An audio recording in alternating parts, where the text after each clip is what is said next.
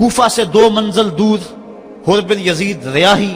1000 کے لشکر کے ساتھ مزاحم ہوا اور آپ کو روک کر میدان کربلا میں لے گیا۔ آپ نے کہا کہ میں یزید کی بیعت کسی صورت میں نہیں کروں گا، جس سے صرف حق ہی قبول ہو، یہی جس کا اصل اصول ہو، جو نہ جھک سکے جو نہ بک سکے، اسے کربلائیں ہی راس ہیں۔ حضرت امام حسین امام حمام کربلا کے تپتے ہوئے ریگزار کے اندر 2 محرم کو پہنچے اور 9 محرم تک آپ مختلف انداز سے مفاہمت کی بات اس انداز سے کرتے رہے کہ میں بیعت نہیں کروں گا لیکن کچھ تو خون سے بھی بچنا چاہتا ہوں، لیکن ان کا ایک ہی مطالبہ تھا کہ ہر صورت میں بیعت کرنا ہوگی، اس کے علاوہ کوئی صورت نہیں ہے۔ ان کا یہ مطالبہ تھا، ان کی بات یہ تھی کہ بیعت تو میں کسی صورت نہیں کر سکتا، کیونکہ انکار بیعت کی جو وجہ آپ نے وہاں بیان کی وہ وجہ بہر صورت موجود تھی، اس لیے کہا کہ کسی صورت میں میں یزید کے ہاتھ پہ بیعت نہیں کر سکتا۔ خیر وقت گزرتا گیا، پھر 9 کو یہ بات طے ہو گئی کہ لڑنے کے لیے تیار ہو جاؤ اگر تم نے بیعت نہیں کرنی۔ بیعت کرنے کی صورت میں مراعات سے نوازا جا رہا تھا، بڑے سے بڑا شہنشاہ بھی ہوتا اس کے پاؤں میں بھی لغزش آ جاتی،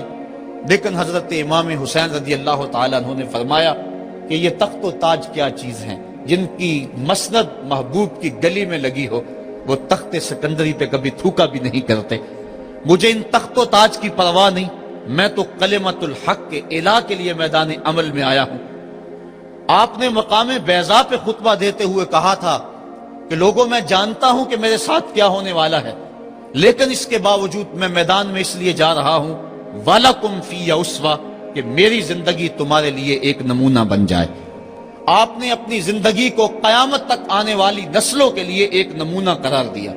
اور میں نے پچھلے اجتماع کے موقع پہ کہا تھا، جو احباب پچھلے اجتماع پہ موجود تھے انہیں وہ جملے یاد ہوں گے کہ قیامت تک جبر کے خلاف جتنی بھی تحریکیں اٹھیں گی سب کا قائد حسین ابن علی ہوگا۔ انسان کی عقل اور منطق اس کو یہ دلیلیں دیتی ہے کہ تم جبر کے خلاف اگر میدان میں آئے تو کٹ جاؤ گے، ٹکڑے کر دیے جائیں گے۔ جبر سے مفاہمت کر لو، لیکن عشق سکھاتا ہے مفاہمت نہ سکھا، جبر ناروا سے مجھے، میں سر بکف ہوں، لڑا دے کسی بلا سے مجھے۔ تو عشق انسان کو لڑنے کا سلیقہ دیتا ہے، محبت باطل سے ٹکرانے کا درس دیتی ہے۔ کہا میں اس کے باوجود میدان عمل میں جا رہا ہوں اس لیے کہ میری زندگی تمہارے لیے نمونہ بن جائے، اور قیامت تک لوگ میری زندگی سے راہیں تلاش کرتے کرتے میری زندگی کو نمونہ بناتے بناتے جبر کے مقابلے میں کھڑے ہو جائیں اور سرخروئی اور کامیابی حاصل پائیں۔ تا قیامت قطع استبداد کرد، موج خون او چمن ایجاد کرد۔ اللہ اللہ بائے بسم اللہ پدر، مانائے ذبح عظیم آیت بسر۔ سرخ رو عشق غیور از خون او، شوخی این مصرع از مضمون او۔ عشق غیور کے چہرے پہ جو سرخی دوڑ رہی ہے یہ حسین ابن علی کے خون کا صدقہ ہے۔ ان کے خون نے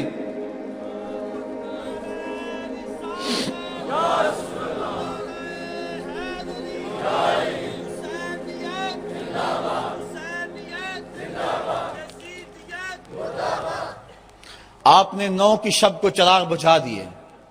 کہا یہ میری جان کے دشمن ہیں، تم اگر جانا چاہو تو جا سکتے ہو،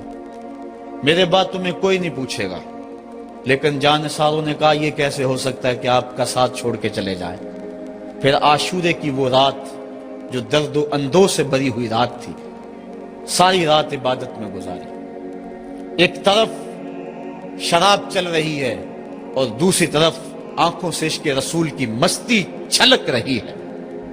تہجد کا وقت ہوا، نماز تہجد ادا کی، شہزادہ علی اکبر نے اذان پڑھی، اور کربلا کے ریگزار میں ان کی یہ آخری باجماعت نماز تھی۔ ریگستان کربلا کے ذرے گواہ ہو گئے ان کے سجدوں کے۔ آج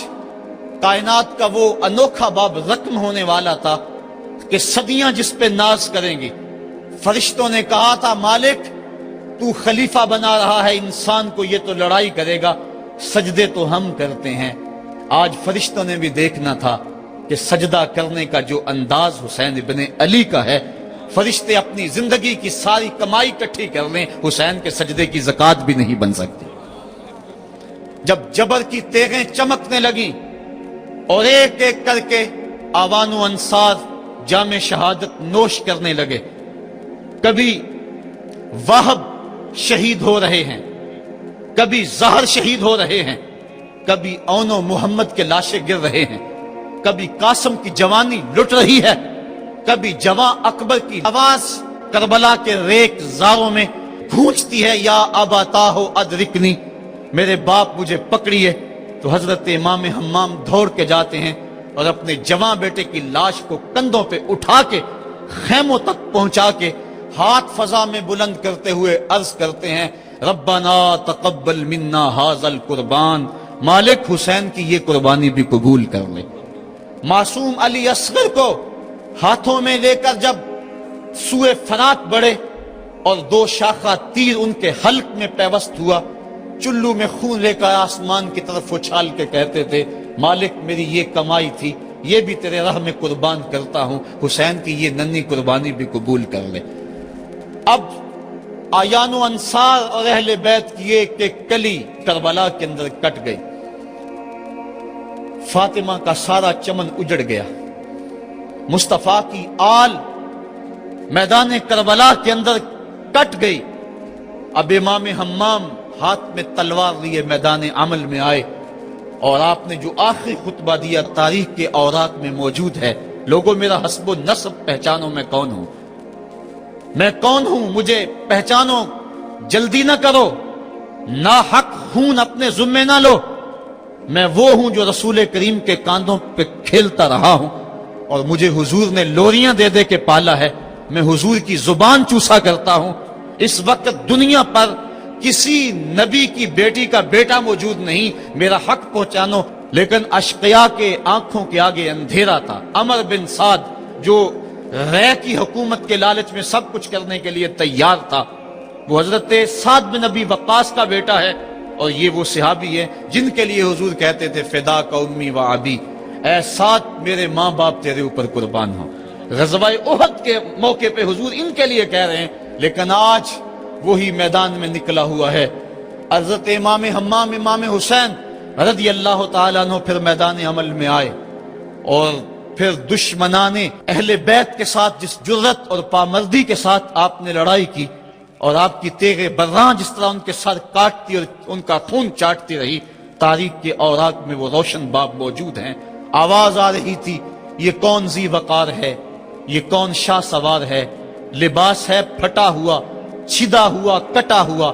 لخت لخت کٹا ہوا، پھر بھی ہے ڈٹا ہوا، یہ بال یقین حسین ہے، یہ نبی کا نور عین ہے۔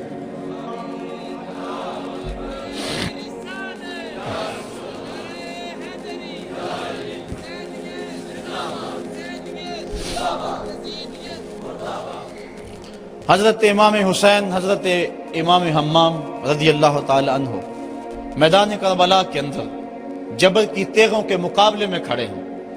حق بلند ہوتا ہے، باطل کے پاس جتنے مرضی لاؤ لشکر ہوں، باطل بزدل ہوتا ہے، اس کے سینے کے اندر وہ حرارت نہیں ہوتی جو حق کے سینے کے اندر ہوتی ہے۔ ذرا غور تو کرو، 22,000 کا لشکر جرار ان کے مقابلے میں، جو محتاط روایات کے مطابق، ورنہ 82 کی روایت بھی کتب تواریخ میں موجود ہے، بلا 72 افراد جو 3 دن سے بھوکے بھی اور پیاسے بھی ہیں، ان کے لیے 22,000 کا لشکر کیا معنی رکھتا ہے۔ لیکن باطل ہمیشہ بزدل ہوتا ہے، اگر حق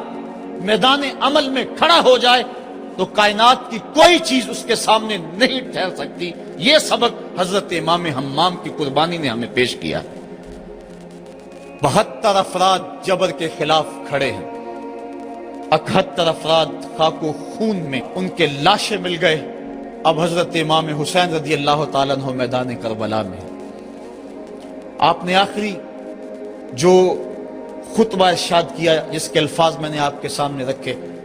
لیکن انہوں نے ایک ہی بات کہی کہ آپ بیعت کریں یا میدان میں آ جائیں۔ آپ نے کہا کہ میں تو کسی صورت بیعت کرنے کو تیار نہیں۔ پھر میدان عمل میں آئے، ان کو کاٹتے رہے، پھر گھوڑے کو ایڑ لگائی اور فرات کی لہروں میں آئے، پانی کا چلو بھرا اور لشکر اشقیا کی طرف دیکھ کے کہا کہ تم نے میرے لیے پانی بند کیا، دیکھو آج حوض کوثر پہ بھی حسین کا قبضہ ہے، فرات کی لہروں پہ بھی حسین کا قبضہ ہے۔ لیکن آپ نے اس کے باوجود